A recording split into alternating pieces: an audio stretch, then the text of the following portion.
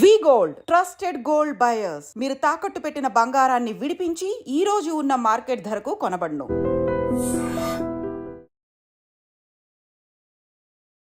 Hello, నేను మీ Vijay Karnam, personal finance expert, AMFI and IRDAI registered founder of Maa capital.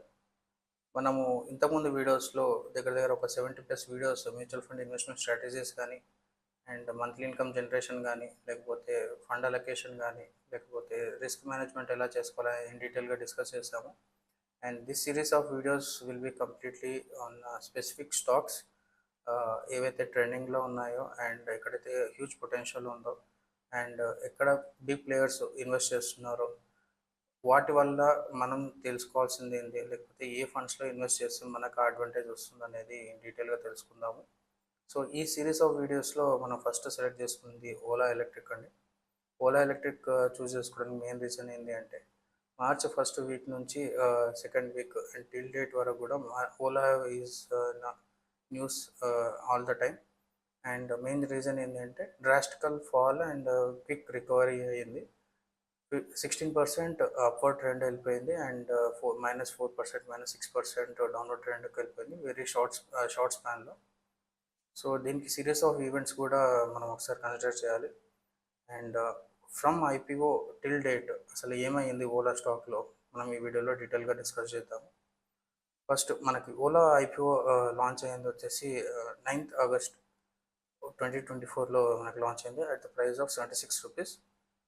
So ఎప్పుడైతే Ola electric launch అయ్యిందో, లేకపోతే ఓలా ఎలక్ట్రిక్ ఐపీఓ వస్తుందన్నప్పుడు మార్కెట్స్ చాలా పాజిటివ్గా ఉండే అండ్ న్యూస్ కానీ దానికి రిలేటెడ్ మార్కెటింగ్ కూడా చాలా పాజిటివ్గా చేశారు. ఎలా చేశారు అంటే this will be the next Tesla of India and this will be the one of the biggest EV companies in the India అన్నట్లు ప్రమోట్ చేశారు. అండ్ మార్కెట్స్ కూడా అలాగే రియాక్ట్ అయ్యాయి అండ్ జనరల్ పబ్లిక్ కూడా ఐపీఓ సబ్స్క్రిప్షన్ కూడా అలా చేసుకున్నారు. Initial స్టేజెస్లో బాగానే ఉన్నా కానీ down the line after 3 months 4 months same కన్సిస్టెంట్గా అది మెయింటైన్ చేయలేకపోయింది ఆ ర్యాపోని. సో ఎప్పుడైతే ఐపీఓ అలొకేషన్ అయిందో మనం IPO allocation share holding pattern ఒకసారి మనం చూసుకుంటే అపార్ట్ ఫ్రమ్ ప్రమోటర్స్ హోల్డింగ్ కాకుండా ఫారెన్ ప్లేయర్స్కి 53%, డొమెస్టిక్ ప్లేయర్స్కి వచ్చేసి డొమెస్టిక్ మ్యూచువల్ ఫండ్స్కి వచ్చేసి 40% అలొకేషన్ అనేది అయ్యింది. సో ఈ డొమెస్టిక్ మ్యూచువల్ ఫండ్స్లో 40%లో మెజారిటీ ఆఫ్ ద ఇన్వెస్ట్మెంట్స్ వచ్చేసి ఈ లిస్ట్ ఆఫ్ కంపెనీస్ నుంచి మనకి ఇన్వెస్ట్మెంట్స్ అనేది వచ్చాయి. మీకు ఇన్ డీటెయిల్గా నేను చెప్తాను. అండ్ ఎస్బీఐ కౌంటర్ ఫండ్ వచ్చేసి 166 crores ఇన్వెస్ట్మెంట్ అయ్యింది. అండ్ నిపాన్ ఇండియా మల్టీక్యాప్ వచ్చేసి 116 crores ఇన్వెస్ట్మెంట్ అయ్యింది. And HDFC hybrid equity fund వచ్చేసి 100 crores, హెచ్డిఎఫ్సి మల్టీక్యాప్ వచ్చేసి 100 crores, and Nippon India focused fund వచ్చేసి 72 crores, and Sundaram mid cap fund వచ్చేసి 70 crores, Franklin India equity fund వచ్చేసి 60 crores, SBI flexi cap వచ్చేసి 52 crores, SBI automatic operation fund వచ్చేసి 52 crores, and Sundaram large and mid cap వచ్చేసి 40 crores. So ఈ types of investments అనేది హ్యూజ్గా పంపినాయి domestic players నుంచి apart from retail players. And after within short స్పాన్లీ within 10 days 76 rupees ఉన్న ప్రైస్ వచ్చేసి 146 రూపీస్కి వెళ్ళిపోయింది అనమాట. లెస్ దాన్ 10 days అనుకోవచ్చు. వర్కింగ్ డేస్ కన్సిడర్ చేస్తే లెస్ దాన్ 10 days అనవచ్చు. So huge positivity and huge upward ట్రెండ్కి వెళ్ళిపోయింది చాలా తక్కువ స్పాన్లో. అండ్ నెక్స్ట్ సిరీస్ ఆఫ్ ఈవెంట్స్లో మనం చూసుకుంటే ఆగస్ట్లో అయిన తర్వాత సెప్టెంబర్ నుంచి సెప్టెంబర్, అక్టోబర్, నవంబర్ నుంచి దీని గురించి కంపెనీ రిలేటెడ్ న్యూస్ అనేది నెగిటివ్గా స్ప్రెడ్ కావడం స్టార్ట్ అయిందనమాట. దానికి ఫస్ట్ ఇనిషియేషన్ ఎక్కడ అయింది అంటే 500 ఎంప్లాయీస్ని లే ఆఫ్ చేశారు, 500 మెంబర్స్ని తీసేశారు to increase the profitability. So దీనికి మార్కెట్స్ పాజిటివ్గా రియాక్ట్ కాలేదు, కొంచెం నెగిటివ్గానే రియాక్ట్ అయ్యాయి.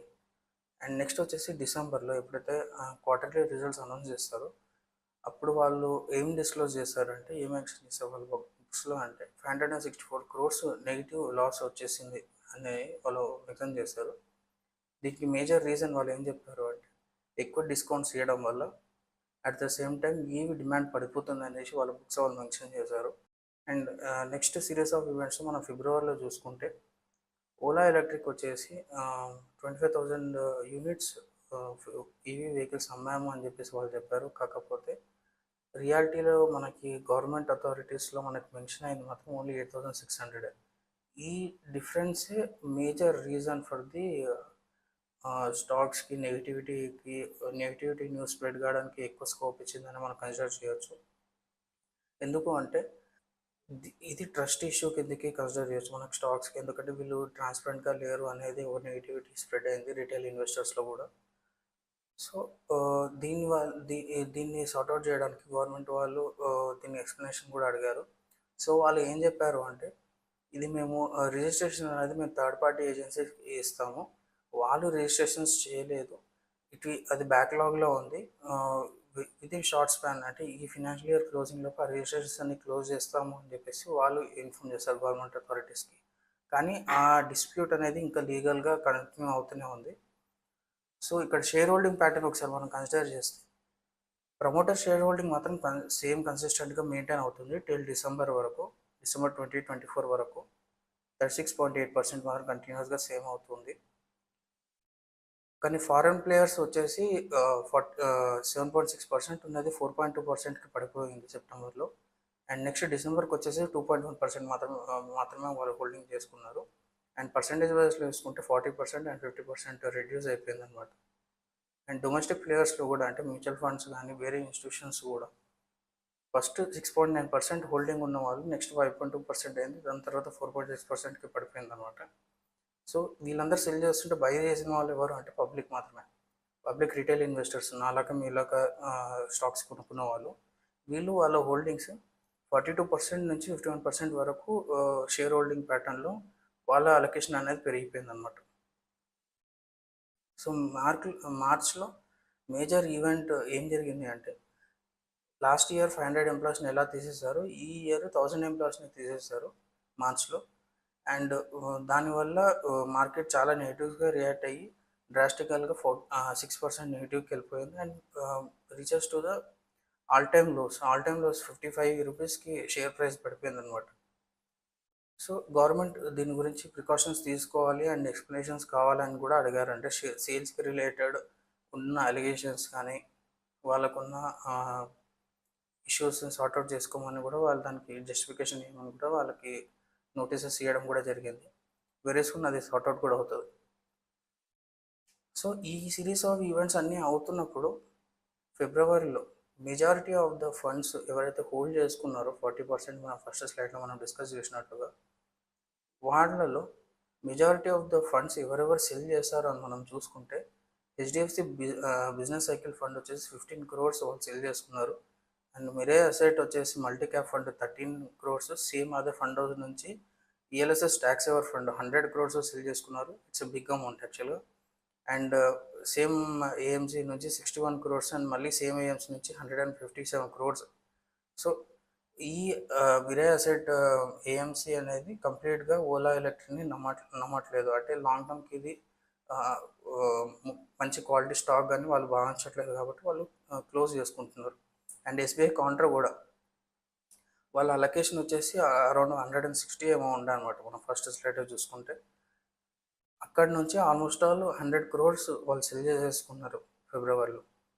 అండ్ యూటీఐ ఇన్నోవేషన్ ఫండ్ కూడా 9 crores సెల్ చేసుకున్నారు. కానీ ఇంత సెల్ చేస్తున్నా కూడా మొత్తం అందరూ ఒకే దగ్గర ఉన్నారంటే అట్లాగా లేదు, చాలామంది ఇంకా హోల్డ్ చేస్తున్నారు కూడా. Nippon India multi cap 64 crores ఇంకా హోల్డింగ్లోనే ఉంది. అండ్ హెచ్డిఎఫ్సి మల్టీ క్యాప్ కూడా 56 crores హోల్డింగ్లోనే ఉంది. And HDFC transportation and logistic fund కూడా 33 crores హోల్డింగ్లో ఉంది. సుందరం లార్జ్ అండ్ మిడ్ క్యాప్ కూడా 32 crores హోల్డింగ్లో ఉంది.